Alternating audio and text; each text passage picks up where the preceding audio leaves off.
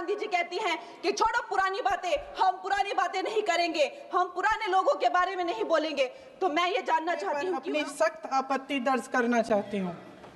महात्मा गांधी ग्रामीण रोजगार गारंटी कानून पिछले 20 सालों से ग्रामीण भारत को रोजगार देने में और ग्रामीण अर्थव्यवस्था को मजबूत बनाने में सक्षम रहा है। ये एक इतना क्रांतिकारी कानून है कि जब इसको बनाया गया तो सदन के सभी राजनीतिक दलों ने इससे पूरी सहमति दी। इसके द्वारा 100 दिन का रोजगार इस देश के गरीब से गरीब लोगों को मिलता है, हमारे गरीब से गरीब भाई बहनों को। हम सब जनप्रतिनिधि हैं महोदय। जब हम अपने अपने क्षेत्रों में जाते हैं, आप भी जानते हैं, दूर दूर से हमें दिख जाता है कि मनरेगा का कौन मजदूर है।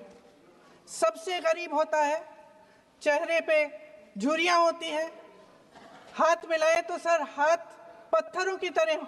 हाँ सर, मैं कर रही हूँ, पहुँच रही हूँ, मुझे पहुँचने दीजिए। नहीं, 1 मिनट लूँगी, मुझे पहुँचने दीजिए। सर, उनके हाथ पत्थरों की तरह कठोर होते हैं क्योंकि इतनी मजदूरी करते हैं।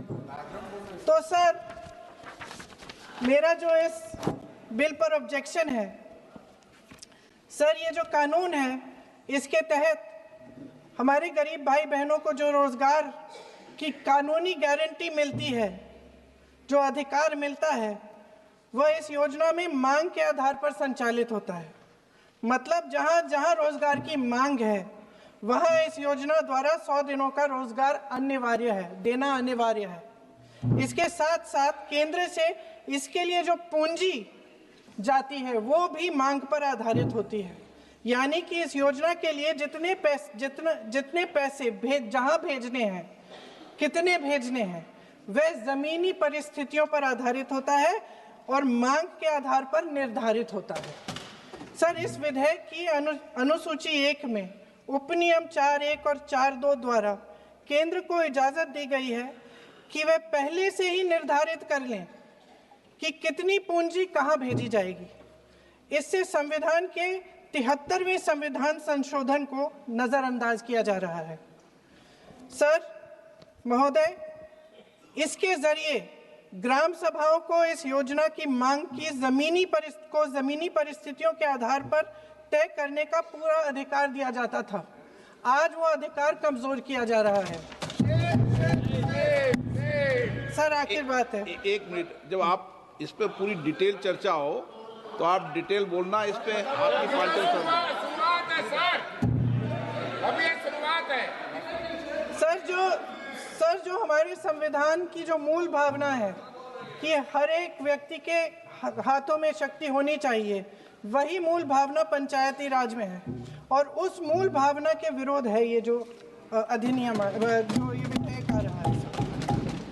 सर, इस विधेयक के जो प्रबंधन है जिससे रोजगार का जो अधिकार है, कानूनी अधिकार है, वो कमजोर हो रहा है, वो हमारे संविधान के विपरीत है। सर, ये हमारे इसी सदन ने ये कानून बनाया और इसी सदन ने ये अधिकार जनता को दिया है। ओके। सर, एक और है सर, महात्मा गांधी मनरेगा में 90% अनुदान केंद्र से आता था।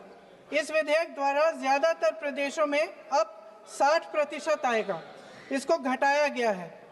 ओके। सर, इससे प्रदेशों की अर्थव्यवस्था पर बहुत भार होगी और खास तौर से ये वे प्रदेश जिनकी अर्थव्यवस्था पहले से ही केंद्र की ओर से जीएसटी के बकाये के इंतजार में है। ओके, माननीय सदस्य। हो गया। सर, इस विधेयक द्वारा केंद्र का नियंत्रण बढ़ाया जा रहा है और जिम्मेदारी घटाई जा रही है। सर, जो 100 दिन का अधिकार आपने 125 करने की बात की है, लेकिन इसमें वेतन की बढ़ोतरी, आपकी जो मजदूरी की बढ़ोतरी है, इसकी कोई बात नहीं है। माननीय सदस्यों, सर, ये सही बात है कि अभी तक जो बकाया है वो ही पूरा नहीं हुआ है। माननीय सदस्य गणों, मैं आपसे सर, आखिरी बात ये है सर कि हर योजना का नाम बदलने की जो सनक है, ये समझ में नहीं आती है। सर जब जब ये किया जाता है तो सरकार केंद्र को पैसे खर्चने पड़ते हैं। माननीय सदस्यों, मैं आपसे आग्रह करता हूं, ये सर आप पोस्टर रख दे नीचे। मैं ये रख दूं? नहीं, आप पीछे वाले माननीय सदस्य, आप 72 में नियम में विरोध कर दें आप। ठीक। सर आखिरी पॉइंट है कि बिना चर्चा के, बिना इस सदन की सलाह लिए इस तरह से जल्दी में विधेयक को पास नहीं होना चाहिए। सर ये विधेयक वापस लिया जाना चाहिए। इसके बदले में सरकार को एक नया विधेयक पेश करना चाहिए। खत्म करूं? महात्मा गांधी जी मेरे परिवार के नहीं थे, लेकिन मेरे परिवार जैसे ही हैं और इस पूरे देश की यही भावना है सर। नो, सर इस पूरे देश की यही भावना है। नो, माननीय सर आखिरी